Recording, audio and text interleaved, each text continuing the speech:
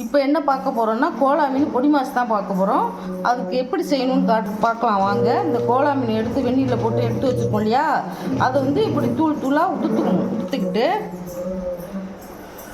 இதுக்கு 1/2 ஸ்பூன் உப்பு, 1 ஸ்பூன் வெறும் மிளகாத்தூள், சில்லி பவுட்ரு 1/2 ஸ்பூன் தனி மல்லித்தூள் போட்டு ஒரு 1/2 மூடி தேங்காய் துருவல் அதையும் போட்டு ஒரு கொட்டை புளி, கொஞ்சோண்டு புளி ஊற்றிக்கணும். புளி ஊற்றினா தான் நல்லா டேஸ்ட்டாக இருக்கும். புளியை ஊற்றி இந்த மாதிரி நம்ம பிரட்டி வச்சுக்கணும். அடுத்து என்ன செய்யணும்னா, இது நல்லெண்ணெயில் செஞ்சால் நல்லாயிருக்கும். நான் 2 டேபிள் ஸ்பூன் நல்லெண்ணெய் ஊற்றிருக்கேன்.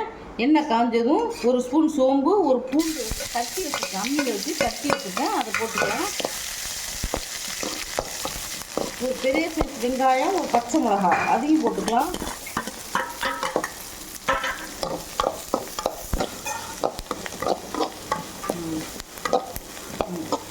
பொன்னரமாக வதங்கணும்னு அவசியம் இல்லை, நம்ம கண்ணாடி பதம் வதங்கினாலே போதும்.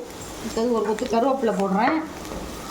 அடுத்தது ஒரு சின்ன தக்காளி போடுறேன், அதையும் நல்லா வதக்கணும். அடுத்தது 1/2 டீஸ்பூன் மஞ்சள்தூள் போடுறோம், நல்லா வதக்கணும். எல்லாத்தையும் தக்காளி நல்லா வதங்குற அளவுக்கு வதக்கணும். தக்காளியும் போட்டு நல்லா வதங்கிடுச்சு. இப்போ அந்த மீனெல்லாம் போட்டு கலந்து வச்சுருக்கோம் இல்லையா கோலா மீனில், அதையும் நம்ம கொட்டிடலாம். கொட்டிட்டு நல்லா கிளறணும். இந்த தேங்காய் எண்ணெயில் செஞ்சாலும் நல்லாயிருக்கும். நான் இன்றைக்கி நல்லெண்ணெயில் தான் செய்கிறேன். நீங்கள் தேங்காய் எண்ணெயிலையும் செய்யலாம், வெறும் தேங்காய் எண்ணெய் ஊற்றி கூட செய்யலாம். அப்படியே நல்லா கலந்து விட்டு சிம்மில் போட்டுங்க.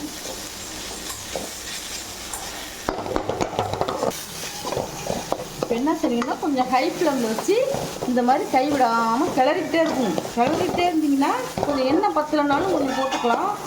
அப்படியே கிளறிக்கிட்டே இருந்தீங்கன்னா பூ மாதிரி வரும். பூ மாதிரி வந்தோடனே அடுப்பை ஆஃப் பண்ணிட வேண்டியது தான். இப்போ கோலா மீன் பொடி மாஸ் ரெடி. இந்த சேனல் உங்களுக்கு பிடிச்சிருந்ததுன்னா ஷேர் பண்ணுங்கள், லைக் பண்ணுங்கள், சப்ஸ்கிரைப் பண்ணுங்கள். தேங்க்யூ, பாய்.